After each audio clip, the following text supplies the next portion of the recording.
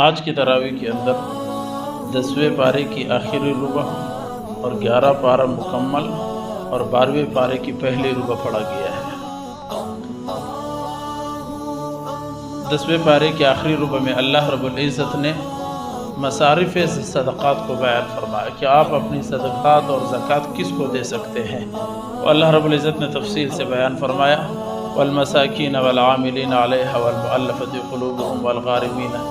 یہ ساری آیت کے اندر اللہ رب العزت نے بتایا مسکین، فقراء، عاملین اور جن کے دل اسلام کی طرف مائل ہو، ان لوگوں کو آپ زکوٰۃ و صدقات دے سکتے ہو۔ اس کے بعد اللہ رب العزت نے اسی ربع کے اندر منافقین کے بارے میں ارشاد فرمایا کہ اللہ کے نبی کو مخاطب کر کے فرمایا کہ آپ جتنا بھی منافقین کے لیے مغفرت طلب کریں، اللہ انہیں مغفرت نہیں دیتا، اللہ انہیں معاف نہیں کرتا۔ قرآن میں اللہ نے یوں بیان فرمایا ان تستغفر لهم 70 مرۃ، اگر آپ 70 مرتبہ بھی ان کے لیے مغفرت طلب کر لیں فلن یغفر اللہ لهم، اللہ ان کو مغفرت نہیں دیتا، اللہ ان کو معاف نہیں فرماتا۔ اسی طرح اسی کے اندر اللہ رب العزت نے جو بیان فرمایا کہ نبی علیہ الصلوۃ والسلام جب یہ کسی منافق کے جنازے پہ کھڑے ہوئے تھے، اللہ کے نبی صلی اللہ علیہ وسلم کو اللہ نے منع فرمایا لا تصلی علی احد منهم مات ابدا ولا تقم علی قبره، کسی منافق کے قبر پہ کھڑے نہ ہونا اور نہ کسی منافق کو جنازہ پڑھانا۔ اس کے بعد اللہ رب العزت نے 11واں پارہ شروع فرمایا تو اس کے اندر پہلے صفحے پر اللہ نے منافقین کے احکامات کو بیان فرمایا۔ 3 احکامات منافقین کے ہیں جو تفصیل سے اللہ نے بیان فرمایا۔ اس کے بعد اللہ رب العزت نے مؤمنین مخلصین جو 3 صحابہ اکرام تھے ان کے توبے کو اللہ نے قبول فرمایا۔ 3 صحابہ اکرام رضی اللہ تعالی عنہم ایسے تھے جو غزوہ تبوک میں شریک نہیں ہوئے ہیں، وہ آگے اس بارے میں بھی آ رہا ہے۔ تو اس کے 3 صحابہ جب شریک نہیں ہوئے تو اللہ کے نبی ان پر غصہ ہوئے، تو پھر ان لوگوں نے اپنے آپ کو مسجد نبوی کے اندر ایک ستون سے باندھ لیا اور کہا جب تک حضور پاک صلی اللہ علیہ وسلم ہمیں معاف نہیں کرتے اور اللہ ہمیں معاف نہیں کرتے جب تک ہم بندے رہیں گے۔ انہوں نے بہت رونے دھونے کے بعد کئی دنوں تک اپنے آپ کو باندھ کے رکھا، پھر ان کی توبہ قبول ہوئی اور پھر وہ لوگ کھل گئے۔ اور اسی کو بھی اللہ رب العزت نے اس 11ویں پارے کے پہلے ربع میں بیان فرمایا۔ اس کے بعد جو آج کی تراویح میں آپ نے سماعت فرمایا اس میں مسجد قباء کی فضیلت کو بیان فرمایا، جو مسجد نبوی سے حرم شریف سے کچھ فاصلے پر ہے۔ وہ مسجد قباء کی فضیلت ہے جس میں 2 رکعت پڑھنا بہت بڑا عبادت ہے اور جو اسلام کے سب سے پہلا گھر بھی سمجھا جاتا ہے، وہ مسجد قباء کی فضیلت بتائے اور مسجد قباء کے پاس رہنے والا جو قوم تھا اس کی فضیلت بھی بیان فرمائی اور اس کی ایسی فضیلت بیان فرمائی جو قرآن میں کسی اور کے متعلق ایسا ارشاد نہیں فیہم رجال یحبون ان یتطہروا، وہ پاکی کرتے تھے۔ پاکی اس طرح کرتے تھے کہ پہلے ڈھیلے سے استنجا کرتے تھے اور پھر پانی سے استنجا کرتے تھے، اس قدر صفائی کرتے تھے۔ اس صفائی کی وجہ سے اللہ نے ان کی محبت کو بیان فرمائی۔ یہ قوم قباء ہے جو قباء مسجد کے پاس رہنے والے تھے، ان کی صفائی کو بھی اللہ نے بیان فرمایا۔ اس کے بعد اللہ رب العزت نے مسجد زرار کو بیان فرمایا۔ مسجد زرار منافقین نے ایک غزوہ تبوک کے موقع پر جب نبی علیہ السلام غزوہ تبوک میں مصروف تھے تو منافقین نے ایک مسجد بنائی جس مسجد کا نام رکھا مسجد زرار، اور اس مسجد کے اندر اسلام کے خلاف کام کرنے لگے۔ ظاہراً مسجد تھا لیکن حقیقت میں اسلام کے خلاف تھا۔ مومنوں کے درمیان تفریق بین المؤمنین، مومنوں کے درمیان تفریق ڈال رہے تھے، آپس میں لڑا رہے تھے اور بھی نفرتیں پھیلا رہے تھے۔ پھر اللہ کے نبی نے 2 صحابہ کو بھیجا اور کہا مسجد زرار کو گرا دو، اور پھر ان 2 صحابہ نے جا کر مسجد زرار کو گرایا ہے۔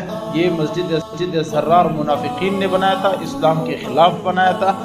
اس کی تفصیل کو اللہ رب العزت نے اس 11ویں پارے میں بیان فرمایا جو آپ نے۔ اس کے بعد اللہ رب العزت نے بیعت عقبہ کو بیان فرمایا ان اللہ اشتری من المؤمنین، اللہ نے فرمایا کہ لوگوں تم اللہ کے ساتھ تجارت کر لو، اپنے جانوں اور اپنے مالوں کا اللہ کے ساتھ جو ہے نا وہ کر لو، تجارت کر لو جنت کے بدلے میں۔ تم اللہ کو اپنا مال اور جان حوالے کر دو، اس کے بدلے میں اللہ سے جنت لے لو۔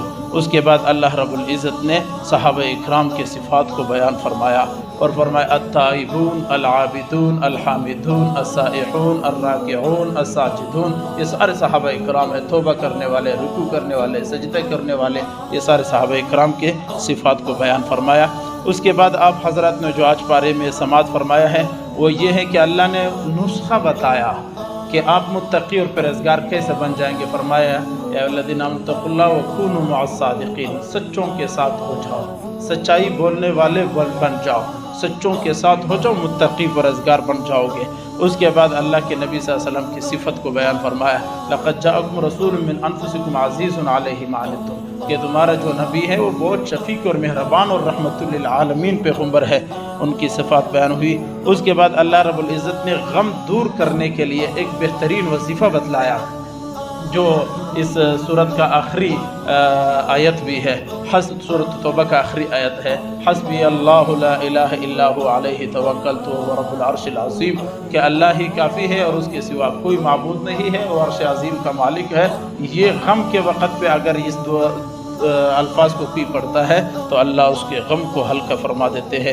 اس کے بعد سورۃ یونس شروع ہوا۔ سورۃ یونس کے اندر توحید، رسالت، قیامت، منافقین، مشرکین کی مثالیں یہ سارے بیان ہوئے، لیکن خاص طور پر حضرت یونس اور اس کے قوم کے واقعے کو بیان فرمایا ہے، اس لیے اس سورت کا نام سورۃ یونس ہے۔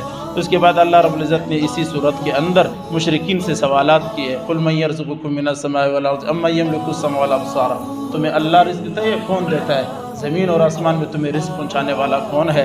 اور تمہارا مالک کون ہے تمہیں پیدا کرنے والا وغیرہ، یہ سارے سوالات ہوئے۔ اس کے بعد قرآن کا چیلنج بیان ہوا، قل فأتوا بسورۃ، تم لاؤ قرآن کی طرح ایک صورت، اگر تم قرآن کے مقابلے میں اپنے آپ کو زیادہ عقل مند سمجھتے ہو اور اللہ کا کلام نہیں سمجھتے ہو، ان کنتم صادقین، اگر سچے ہو تو لاؤ۔ اس کے بعد وسعت باری، علم باری تعالی، اللہ کے علم کے بارے میں کہ اللہ کا علم کتنا بڑا علم ہے، اللہ کا علم کتنا لامحدود ہے، کتنا وسیع ہے، اس تفصیل کو آج آپ نے سماعت فرمایا۔ اس کے بعد نوح علیہ السلام کا قصہ شروع ہوا، جو نوح علیہ السلام نے 900 سال تک تبلیغ کی ہے، اس تبلیغ کے واقعے کو اللہ نے بیان فرمایا، جو آج آپ نے سماعت فرما لیا۔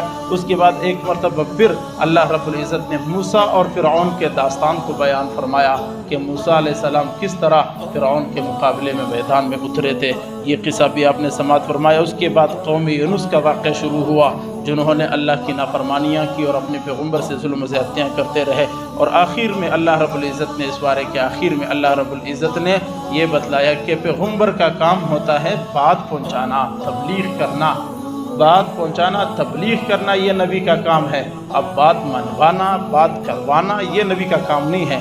نبی کا آج ہماری امت کے پاس بھی ہمارے اوپر تبلیغ ہے، ہم بات پہنچائیں گے، حق بات لوگوں تک پہنچانا یہ حضور کی سنت اور اللہ کا حکم ہے۔ کوئی عمل کرتا ہے تو ٹھیک ہے، عمل نہیں کرتا اس کی مرضی، اللہ عمل کی توفیق عطا